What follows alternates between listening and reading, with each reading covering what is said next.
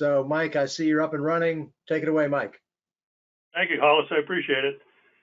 Those of you who were here last month, I'm going to review a little bit and then finish up on the program that we started. Of course, the subject matter was why decks are dangerous and why we should inspect them. And there's a lot of high liability involved in doing these things, so it's important that you understand how they're put together and what to look for when you are inspecting, or discount them altogether and put in your agreement that you don't do decks. Of course, you're going to be leaving money on the table if you do that. Last month, we talked about the old-fashioned kinds of installations, which would no way be allowed anymore. This is a 1924 deck, for example, only being supported by the two metal brackets that you see on the wall here. Those joists do not go into the wall. They're sitting on a ledger board, as you can see, and that's been sitting there since 1924. So either nobody stepped on the deck ever, or it's just been lucky. But to see this today would be a heart attack.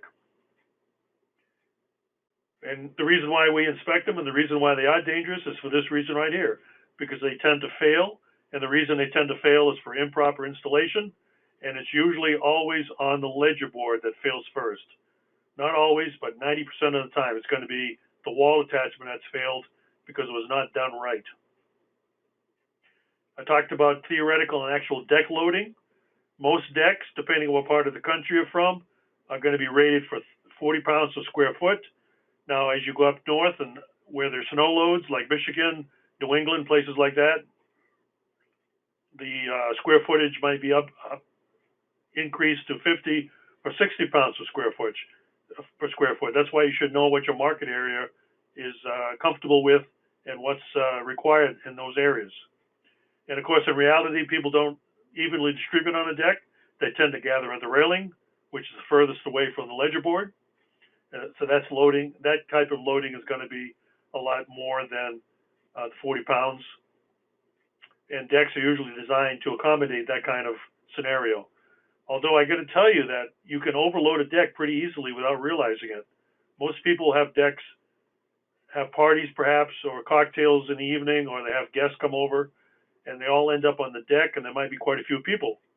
That deck may not be designed to carry the number of people that are on the deck. So that's something to consider as well. It's a good idea to talk to your clients, your home buyers, and see what kind of social life they might have that would entail using the deck, and determine whether the design of that deck, to the best of your ability, will actually accommodate what they're planning on doing. They might put a hot tub out there, for example, filled with water. That's a major load. Barbecue grill. I've seen wooden decks with brick barbecue grills on them, which is a major load. People do this stuff without realizing it, and it's up to us to point out to them that it's dangerous. We talked also about how to modify joists properly, where you can bore, where you can cut, where you can notch, and where you can't. That was all covered last month.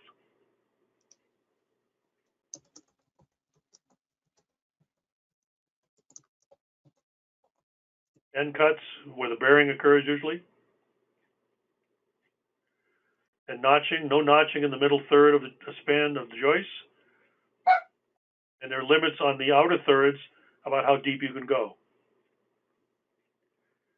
Obvious signs of failing decks are deflection of anything, like the joist or the treads if there's a staircase. Any kind of crushing of the material is always a red flag. Fractures of splitting, decay or rust. Anything that's missing or improperly installed is going to be something that should be reported and observed closely. Hold downs, clips, straps, hangers showing powder, white powder, means the zinc is being sacrificed, because most of those hold downs or tie downs are going to be galvanized, which is what zinc does, it galvanizes. And if you see red rust, that means rust is developing more than 5%, and that means that for all intents and purposes, that clip or strap or hanger has failed and should be replaced. And it's not unusual to see a whole line of those things in that condition, because they've been there so long and they've been exposed to weather that might be hazardous to galvanization, like salt air. We spoke last month about how when you run nails parallel to the grain of wood, it has no hold down powers whatsoever. If you run a 16 penny nail, pound it in parallel to the grain, it only takes about 60 pounds or less to pull that back out again. And if you remember what we talked about last month, where the lateral resistance of a railing has to resist 200 pounds per square foot, that's a long ways from 60 pounds of pull-out power, which is why this railing is separating. Very common to see these types of railings in the 70s and 80s in my market area. Same thing here. Either somebody fell into it or something happened to cause that railing to fail, and now it's dangerous.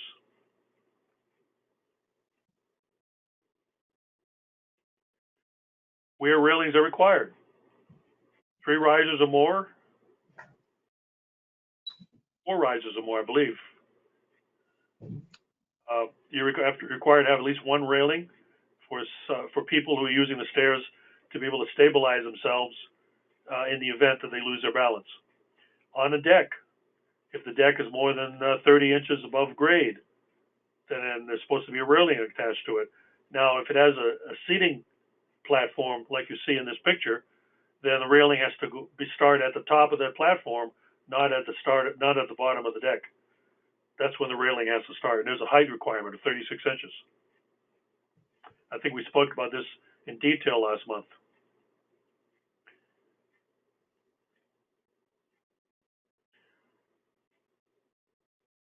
Here's a deck outside of a sliding glass door in the back of a house, and it has no railing. Does it require a railing? Well, we need to determine whether it meets the 30-inch requirement or not. And that 30 inches, by the way, is not at the edge of that deck. It's 3 feet out from the deck. And you can see where this soil slopes downward here, right here, to keep water away from the foundation. So here, you might have 28, 29 inches. But if you come 3 feet out and down, you might have 36 or more inches. So it might require you're breaking out your tape measure in order to determine whether that's the case or not.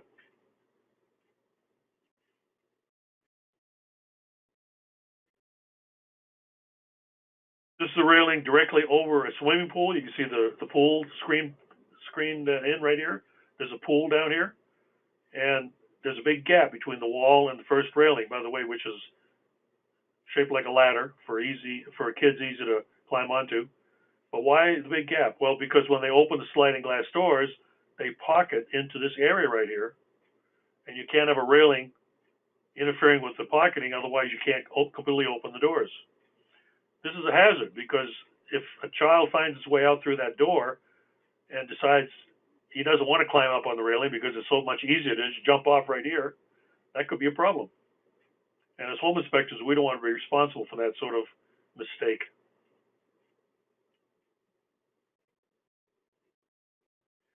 Cantilever balconies or decks. Typically, they're going to be concrete because there's no way to cantilever. Well, there is. I'll take that back. You can cantilever wood beams, but there are certain requirements, certain restrictions on that. Most of the cantilevered, what they call pre-stressed concrete decking, is going to have steel. You can see where the steel is not quite covered up right here along the edge. What they do is they pre-stress the steel. Pre-stressing means they stretch the steel. They lay it in a form and stretch it to about 10,000, 15,000 pounds of stretch. And then when they pour the concrete, they let it cure and then release that tension, causing the concrete to be compressed even more. And that's what holds that deck up. And it's a very workable solution. You'll see it on condominiums and high rises all the time. Not only do they go the extra mile on this with the pre-stress, but they use the concrete railing, which has got a lot of weight to it. So you can imagine the edge of this deck right here is carrying a pretty large load. You should not see any deflection at all. You shouldn't see any exposed steel at all. The general rule of thumb on steel and slabs is about 1.5 inches of coverage, concrete coverage, in order for the steel not to be affected by the environment it's in. So if you see any exposed steel or rust protruding through, anything like that, that usually, not only is it wrong or bad, but it's usually an indication that this concrete coverage is not adequate to begin with. Another example, when you hear they're using glass railings, do glass railings meet the 200-pound requirement? Probably not. But they are allowed because people want to be able to see, they want to have their view, they want to be able to see out. So the codes allow them to do it. This is a cantilever deck I did on a project where the condominium association felt that the cantilever decking were sagging. Now over here we have supports because they've screened it in, but this is no support. There's nothing under here. It's all being held together by what's going through the wall right here. So what I did is I went out and measured these decks using a transit to determine the proper elevation and came to the conclusion that they were in fact not sagging. It was an illusion. So they were happy to hear that.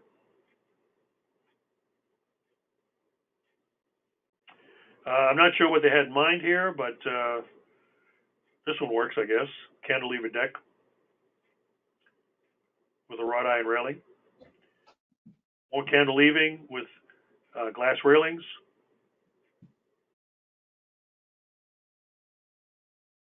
So how do we determine 30 inches? Well, I don't break out my tape measure every 5 minutes because it would take me all day to do an inspection. What I do is eyeball it. I know these bricks right here, these concrete blocks are probably 8 inches each, maybe 4 inches. And I'm seeing there's 1, 2, 3.5 here. So I know for a fact that's not 30 inches. It's going to take me about 5 seconds to make the determination, and then I can move on.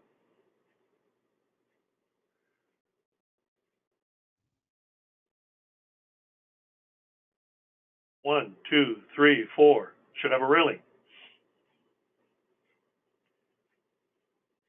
Also, this first step right here is not in line with the others because stairs have to be equally distant from each other from top to bottom in order to prevent a tripping hazard from occurring. And that requirement, by the way, is they have to be within 3/8 of an inch of all of them or each other. So this is not the case down here, but the others are okay. It is missing, however, a railing. And these doors up here, these screen doors look like they might open outward, which is a no-no because there's no landing out here. So that's going to be another defect.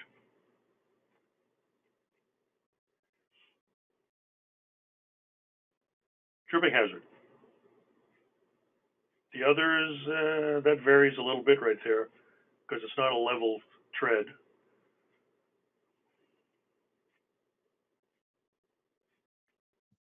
Tripping hazard. They vary as they go up the stairs, which is going to cause someone to stumble. Does this meet the 200-pound resistance requirement? I don't think so.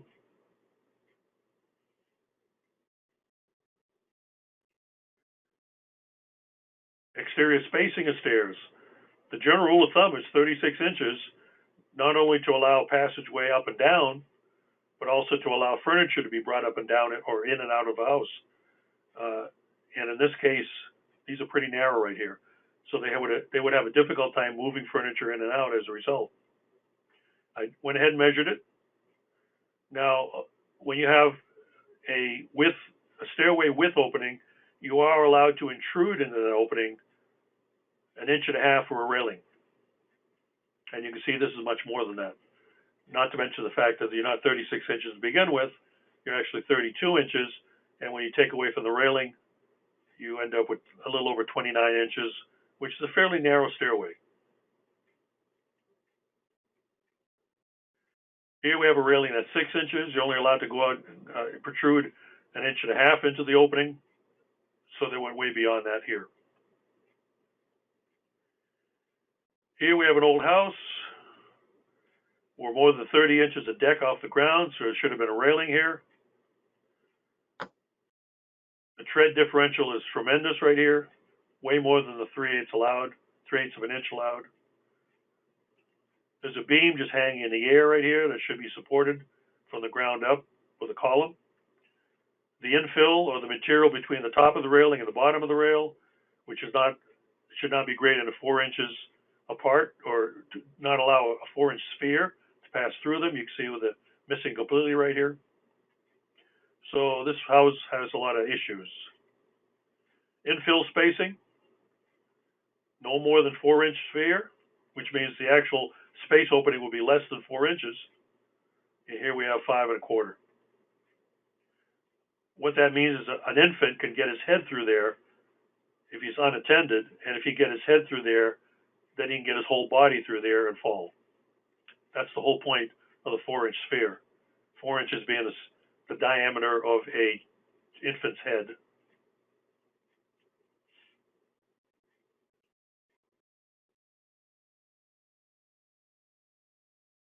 Offset spacing among the treads as you go up the stairway,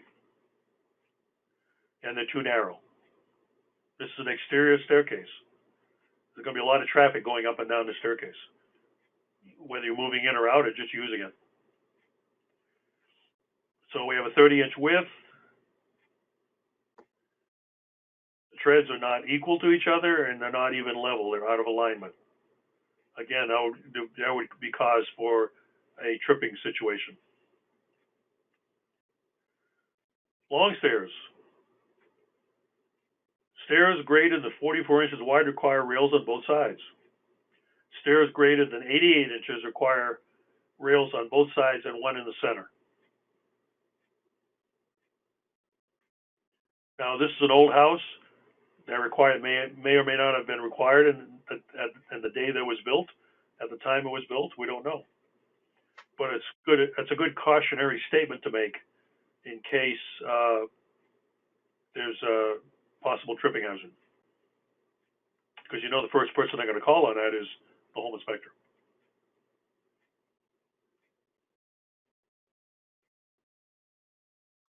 No railings at all going up and down the stairs.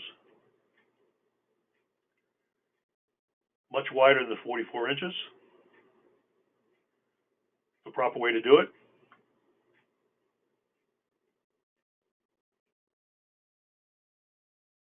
Eight feet wide.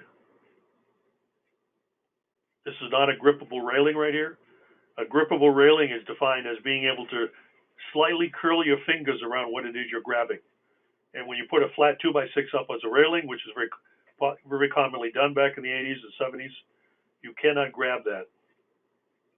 So consequently, you can't stop yourself from falling, which is the whole point of having a railing, to be able to grab it. What do you think? Stable? People are running up, this is a rental. People are running up and down these stairs, and there's kids, and the only thing holding the stairs in place are these two 16-penny nails nailed to this block, which is sitting on the landing. It's only a matter of time before it collapses.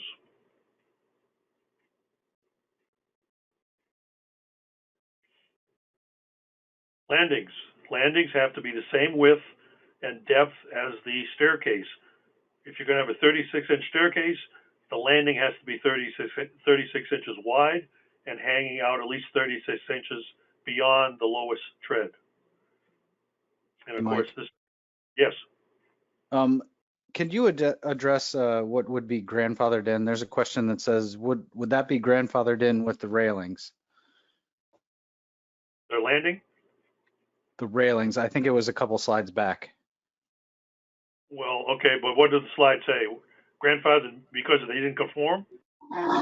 Sorry, talking about the railing, getting your fingers curved around the rail. Oh, that one, yes. And the question is, when was that required? Is that Yeah, the would question? would that be grandfathered if we get something that's built way back and that doesn't meet that criteria? Well, first of all, there's no such thing as grandfathering. That's a misconception.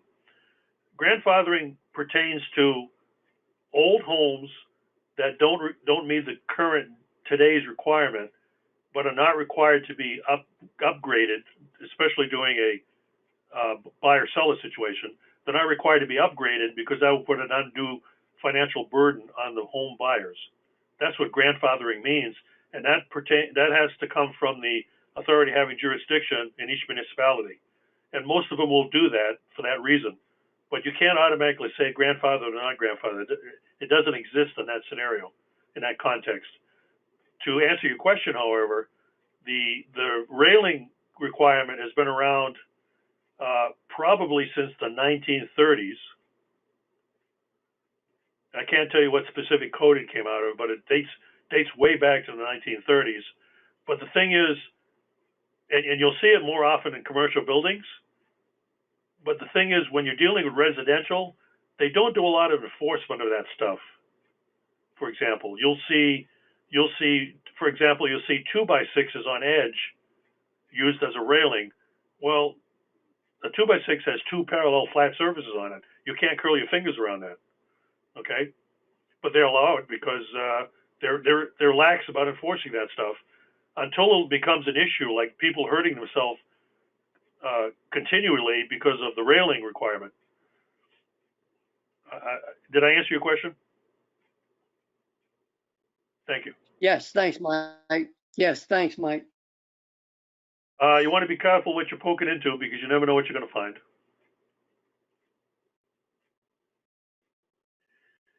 Now, this is a staircase on what we call them stilt houses. They're elevated houses because they have to be above flood elevation. We have a lot of these in my market area, especially on the Barrier Islands where I live. Are we required to have a railing on the inside of the staircase? Well, the answer is no, we're not. We're only required to have one railing. It could be on the inside of the staircase, it could be on the outside of the staircase. But this is a good example right here of the 2x6 I was mentioning. You see where this 2x6 is on edge, and you see where the pickets are going to prevent anybody putting their hand on here being able to hold on as they move up and down the railing, up and down the stairs, because the pickets are in the way. And you can't curl your fingers around this 2x. There's thousands of these around everywhere, but they're technically not accurate. Now, when you're dealing with something that is old and not right, you can't call it as a defect, but you can write it up in your report as a strong suggestion and explain why it's a strong suggestion. Okay? In this case, in this picture, for example, I would write up that this is not a safe or proper way for the staircase railing to be built, and I would explain why, because the pickets are going to interfere with your fingers. You're not going to be able to move your hand up and down. You have to let go between every picket in order to hold on. If you try to grab it, you grab it where there's a picket, you're not going to be able to grip it, you're going to fall off. These things are going to happen as a result, but it's really not considered a defect by the standards of the day. So you have to use a little bit of judgment. Does that need a guardrail there on the other side, Mike? No, it only needs one railing, and that's what it has, one railing. Now, if the staircase was 44 inches wide, it required one on both sides. You don't see a lot of 44-inch staircases on residential homes. Do you need the guardrail there for the height off the ground, though? No, you don't. Just one railing. I know it's crazy, but that's what the code says.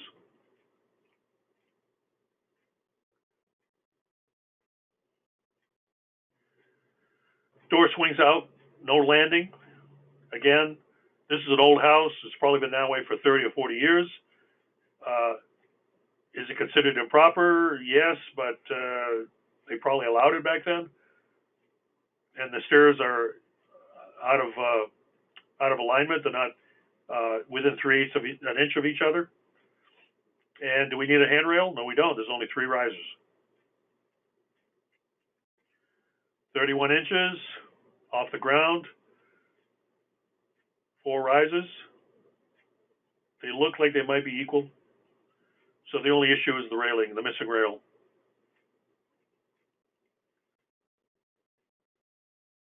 Definitely missing a railing. Now, the reason I did this is because this is a maintenance staircase. It's designed to allow the maintenance guys to go up there and work on the AC. There might even be an electric meter up here, I can't tell. So they figured, we don't care about those guys. They don't need a railing. If they fall off, that's their fault. Well, that's not what the code says. The code says you got to put a railing on there. So I would highly recommend, and this is considered directly a defect. This was done wrong originally, and it's wrong today. And it's required to have a railing, and it should have one on there. And I recommend one be put on. Some comparisons between commercial and residential requirements. Landing depth, commercial width of stairs, 48 inches. These are commercial stairs now. They're going to be wider than residential usually. Residential 36. If you have a handrail in residential, you can terminate it at the last stair, or you can terminate it at the top of the landing. But if it's a commercial staircase, you have to extend the handrail at least 12 inches past the lower stairs, or at least 12 inches past the upper landing. They want you to do that extension to give somebody an opportunity to grab it before they actually start going up and down the stairs. Hey, Mike. Yep. Does the last step up onto the landing count as a riser? That's a good question, and I believe it does, yes. Because even though you're stepping onto a riser, or a landing rather, you are stepping onto a stair. It's just a big one.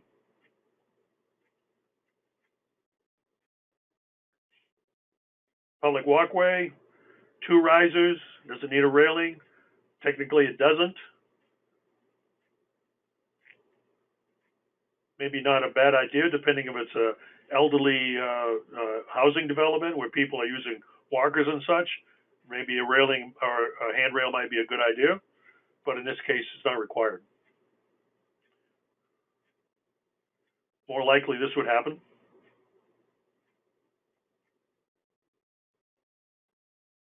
Handicap railings, you see a lot of these. Now you notice, because it's a commercial application, the top of the rail has to be 48 inches. But because it's also an ADA or handicap railing, they put one down lower to allow for people in wheelchairs. Very smart. And you see over here where the last tread, that railing is beyond it. Here it's beyond the railing. That's a requirement. And you see over here this railing, that's grippable. It's cylindrical. You can actually grip it.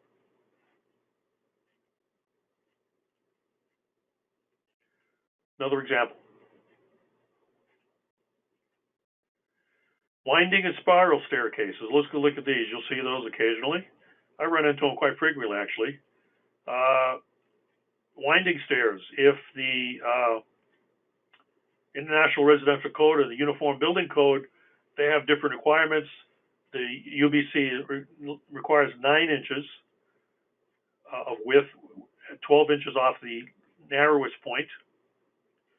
And the residential code only requires 10 inches within, 12 inches off of the narrowest point. And the narrowest point cannot be any less than 6 inches wide. Because typically when people go down winding stairs, they use the center as their point of reference. And that's usually where the narrowest tread is. It's like race horses going around a track. They always go to the inside rail because that's the shortest distance to get around the track. Same principle applies to winding and spiral stairs. Spiral stairs usually come in kits. They're assembled on site for the most part, either by the homeowner or by a professional. It's our job to evaluate the stairs regardless who installed them. Engineering specific with kits. What I like about engineered products is they're very specific about how to put things together and what they should look like when they're done. It's not open to interpretation. The engineers tell you exactly what they want and they expect it to be done that way. It makes home inspecting a lot easier. Spiral stairs from the 1960s. This is metal, but you can see where the treads themselves are actually wood, and they're relatively worn. They're double 2x6s. That's not unusual for spirals. The spacing between the pickets is pretty broad, but 1960s, that's how they designed them.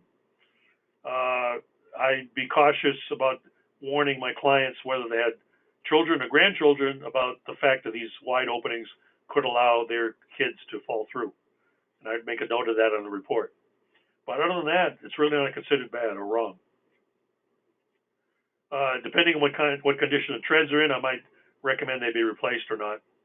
These are pretty worn. They're probably due for replacement pretty soon, if not right now. There you go. There's an upper view. You can see where they're starting to split and splinter, and the nails are coming loose, and they're in pretty bad shape. All metal spiral.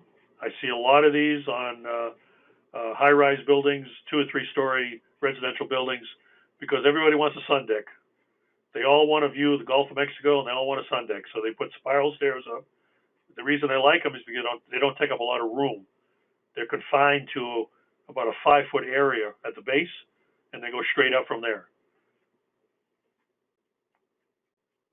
Another example here, spiral stairs. Again, these come out as kits. They're manufactured and engineered.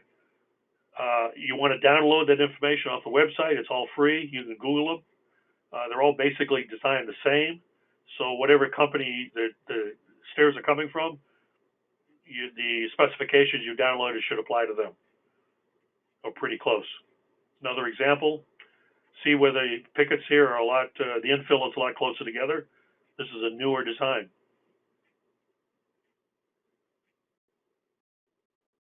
Pretty nice. Manufactured construction, minimum clear walking path, 26 inches. 5-foot diameter or larger stair will provide this width. That's the frame-in opening.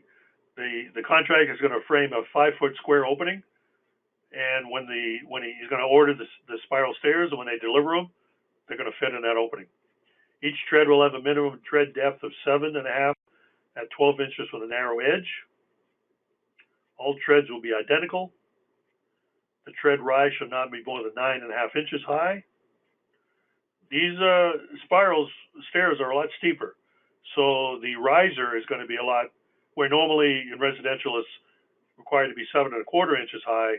With spirals, they allow 9.5 inches because you're going straight up, and they need to confine all that stuff in a relatively confined area. Landing width should not be less than the required width of the stairway. Minimum spiral stair tread width is 26 inches. They're talking from here to there. So that's about the width of one person either going up and down the stairs. If you're trying to pass somebody, it's going to be tough. Yeah, go ahead. Doesn't the open riser height, especially in excess of 9.5 inches, it's more than 4 inches. Doesn't that create a safety issue? Yes, it does. But the issue is you're talking about in a conventional residential staircase do not apply to spiral or winding stairs when they've been engineered and made into kits. They follow a way different path of requirements. That's why they're allowed to do 9.5 inches, and they're allowed to have the risers open. They don't have to close them up like we do on the interior staircases or exterior staircases. So yeah, you got to watch your kids. If you got kids and you're using spiral staircases, you got to keep an eye on them because there's all kinds of dangers for them here. They can fall through between, they can fall through the pickets, all that stuff, but that's all allowed. Composite decking, I'm sure you've all run across this. This is becoming very popular. I'm going to share something with you guys. I am doing quite a few expert witness jobs for people who have had composite decking installed, promises made, and now they're finding out that it doesn't really hold up the way the promises were told. And it's going into lawsuits. I just did one recently. I've done a few in Tampa, a couple here locally, and the brochure, when you read the brochure on this stuff, it promises everything, but then when you install it and let it sit there a while, stuff starts happening, and I'll show you some examples. But this stuff, just so you know, is made up of wood, plastic, and resin. It's much more stable than wood, which is why people like it. It comes pre-colored, so you don't have to stain your deck every 5 years or so. It has a Class C fire rating. It doesn't rot because there's not enough organic material in there to cause it to rot. It's mostly plastic and resin. Termites won't eat it for the same reason, and the sun won't affect it, neither will salt air. But it can be damaged. Trex is a brand name. You can see where they've done their deck and stairs here in Trex. It's very nice, stable material. Usually it's screwed down, not nailed. Stainless steel screws are usually used, by the way. Nice looking deck, as long as it stays nice looking. The problem is it won't do that. Here's some benches being made out of it on top of a deck.